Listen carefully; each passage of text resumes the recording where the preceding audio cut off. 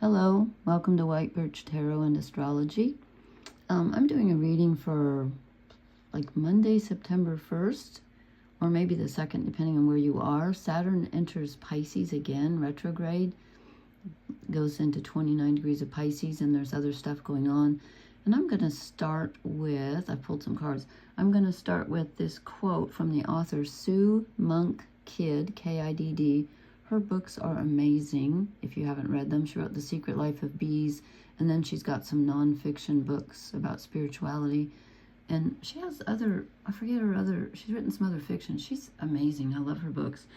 But she said this kind of fits to me, this conjunction we still have with Saturn and Neptune. As of the 1st, Saturn moves back into Pisces, and Neptune goes back in, I think, what did I say? I think like October 22nd. Then they'll both be back in Pisces again. And then next January or February, they move back into Aries. So there's Neptune at 1 degree of Aries right now. But they're so different, and they've been together, and it's very karmic and everything. And it's about ending out an old cycle and starting a new one, since they're at the last degree of the zodiac, or Neptune's at the 1st degree now, but retrograde. So, but she said this, I like this. She said, the words passive and passion come from the same Latin root, pati, P-A-T-I, which means to endure. Waiting is thus both passive and passionate.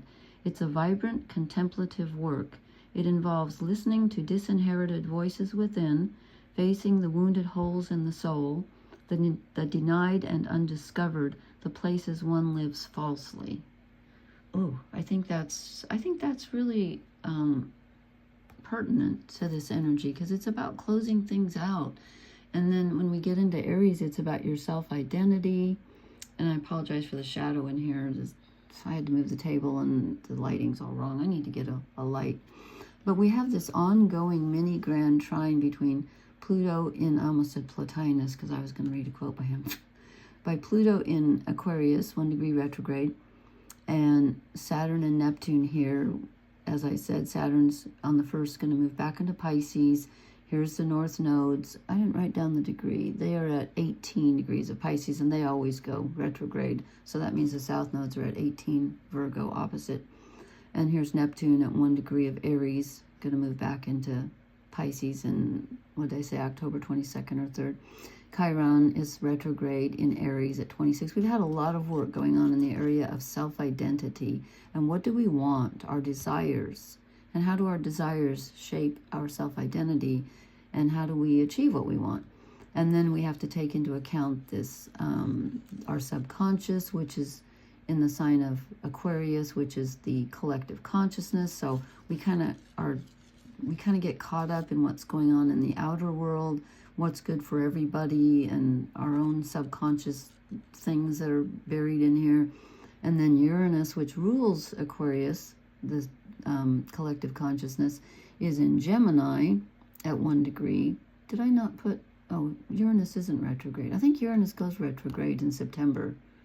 I forget the date. And then Jupiter's in Cancer, and this is interesting. Jupiter's not really a personal planet, but the personal planets are kind of strung out. We've got Jupiter in Cancer, Venus in Leo, Mercury's moving into Virgo on the 1st or 2nd. That's why I put the arrow. And Mars is in Libra. So we've got, if you know your rising sign, if you know which houses you've got Cancer, Leo, Virgo, and Libra in, that area is kind of heavily weighted with the personal planets right now. But again, we have this mini grand trine. So it's a very karmic time, and our personal destinies are kind of bound up with what's going on in the collective right now, with all this Aquarius energy and Uranus, and lots of new ideas coming in. You could have unexpected ideas. In fact, I wrote down, when I say wrote, of course, I mean I spoke it into my phone, because who writes anymore? I do. But so I just read this. I'm not a professional astrologer, so I don't know like a lot of the technical stuff, but Pluto apparently, where's Pluto? Pluto apparently is out of bounds, which means it's beyond the boundaries of the sun's orbit, okay? I just read this online. And it's going to be there for 10 years. The last time it was there was from 1938 to 1953, so it will never be there again in our lifetimes, out of bounds. It says this can be power getting out of control, or it can be an extremely transformational time. And obviously Pluto rules death, transformation, and rebirth. So this kind of, well, I guess when he's out of bounds, it kind of ramps up the transformative aspect. Again, I just read that online. Okay, but I do know that Saturn enters Pisces, and so whatever you're working through on a karmic level, we're not done yet.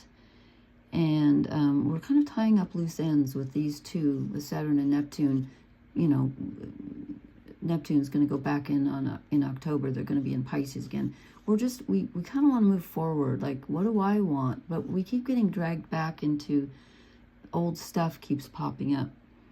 And let's see, then on Tuesday, Mercury moves into Virgo and will immediately, and is already actually squaring Uranus, but then it will be exact. And Mercury rules Virgo and Gemini, which is where Uranus is. So it's not as terrible as it could be. But Mercury and Uranus, Mercury in Virgo doesn't, wants to stick to the details and have a plan and get down to business and do, do things by the book, 1, 2, 3. And then Uranus is like this lightning bolt that sort of forks out in all directions. So as I said, you can expect all kinds of weird communications, weird ideas, but your mind might not want to go there. It's like, no, let's stick to business. So we're trying to strike a balance between being conscientious, which is Virgo, and doing what's in front of us, and then also being open to new thoughts and ideas, which is Uranus and Gemini. And actually the cards kind of bear that out. So let me move this, and just wanted to show you that.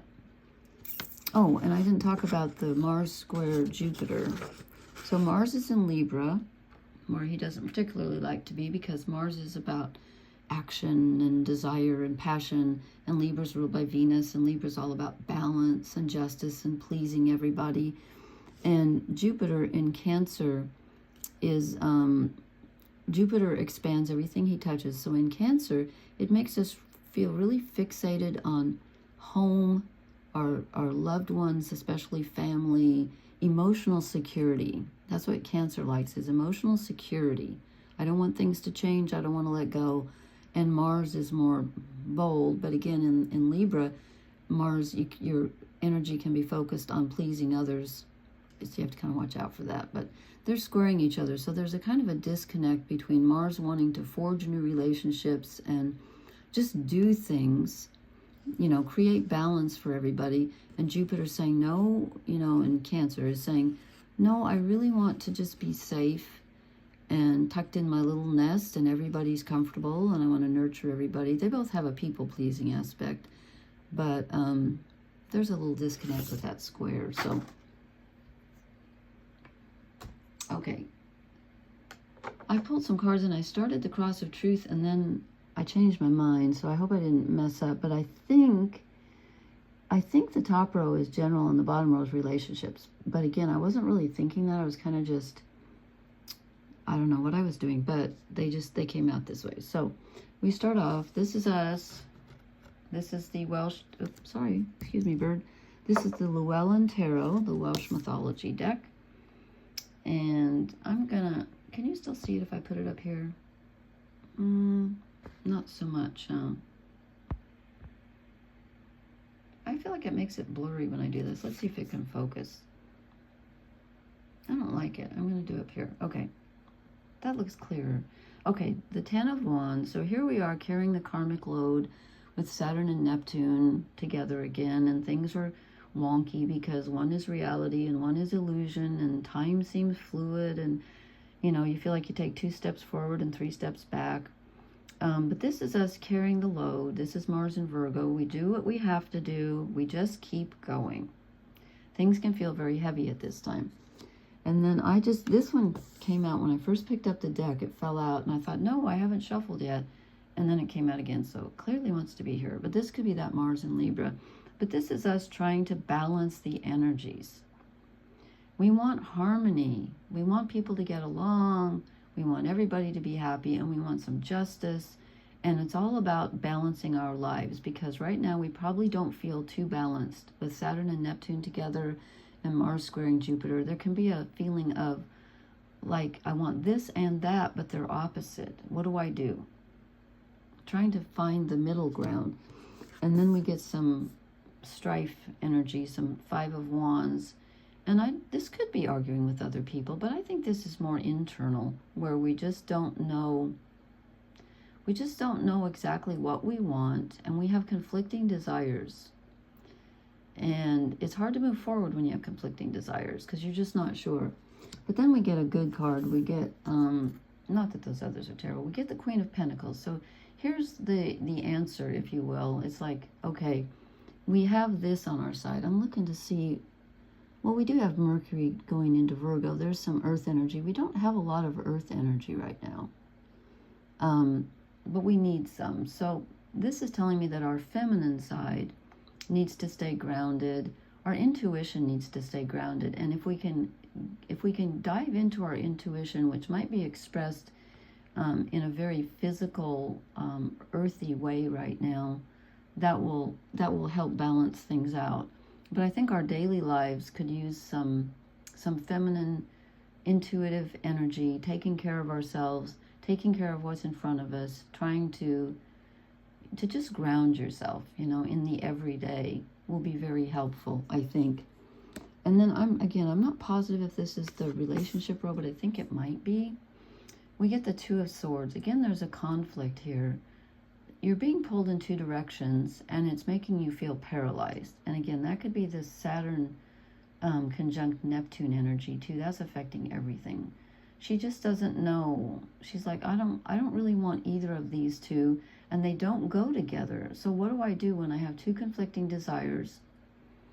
And Venus is in Leo and wants appreciation and passion and romance, and wants to be generous. And then Mars is in Libra and again wants to please people, but Mars wants more of a balance and feels a little stuck, like I can't get my needs met. I can't be as bold as I want because I'm in Libra, and I need to watch my actions because I don't want to offend people.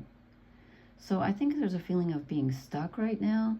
And this is a really strange time where we feel back and forth, like one foot in the past, one foot in the present, one foot in the collective, one foot in the personal.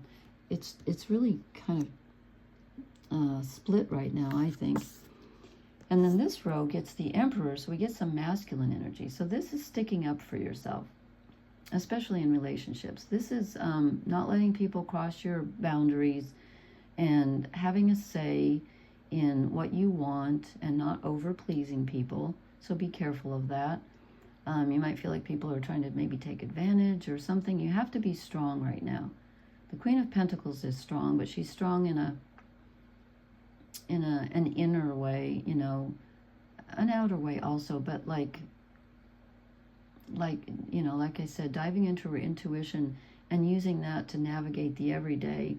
And the Emperor is strong in his relationships, and he's not letting anybody step over his boundaries or treat him like he's not worth something. So stand up for yourself. And that might be hard to do right now with Mars and Libra, but looks like it's necessary. And then I get the Seven of Pentacles, which is just taking a pause and evaluating what you're working on, or whatever you were thinking of working on. Is it really worth it? Because when Mercury moves into Virgo in a couple days, you're going to be assessing everything. Virgo doesn't like to waste things, including energy, time, or money. Just wants everything to be perfect, and it's not going to be perfect because it never is. But this is about reevaluating what you're working on and deciding, is this going to bear fruit? I mean, it is bearing fruit, but is it going to continue to bear fruit? It's kind of reevaluating, where are we going with our lives? What do we want to do? How do we achieve that all-important balance between what we want, what we need to do for others? And then we end on kind of a sour note here because we get the Nine of Swords. So it can feel very overwhelming. It can feel, I'm going to use the word impossible. It isn't impossible, but it can feel that way. where you're just like, oh my God, I can't do this anymore. I can't do this by myself. This isn't working. I'm so worried. It can feel like that because of all this, wonky, powerful energy with these outer planets making these aspects. And so I drew 2 fairy cards to see what could help us with this. And it's interesting because they're kind of similar, but they're different. So we get the Sorcerer. He is, he doesn't look real powerful, but he is. He is very powerful. In fact, let me read the keywords for him. He's the one you have to be careful of because he can help you with your desires and your projects, but he can also ask for a lot in return. So you have to be careful because the fairies are tricky.